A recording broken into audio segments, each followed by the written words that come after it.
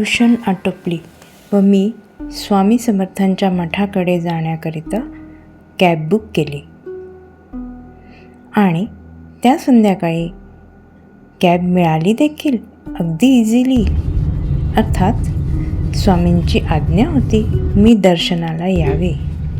बेसाला असलेले हे स्वामी समर्थांचे मंदिर. आज दिवस मंगळवार, त्यामुळे गुरुवारसारखी गर्दी नव्हती. संपूर्ण आरती मिळाली. मन भरून समर्थांच्या मूर्तीला न्याहाळता आले. त्यांच्या डोळ्यात पाहत असताना आपोआप आपले हृदय शांत होते व आपले चित्तही स्थिर होते.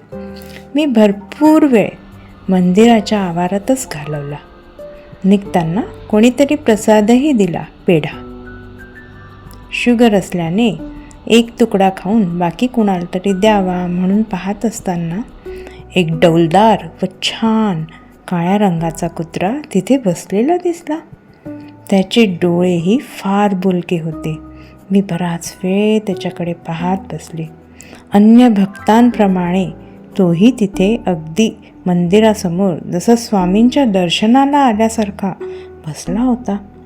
का कुणास ठाऊक, पण त्याला पाहून माझे डोळे पाणावले. श्री स्वामी समर्थ, सर्वांवर आपली कृपादृष्टी ठेवा, असे म्हणून मी परत निघाले.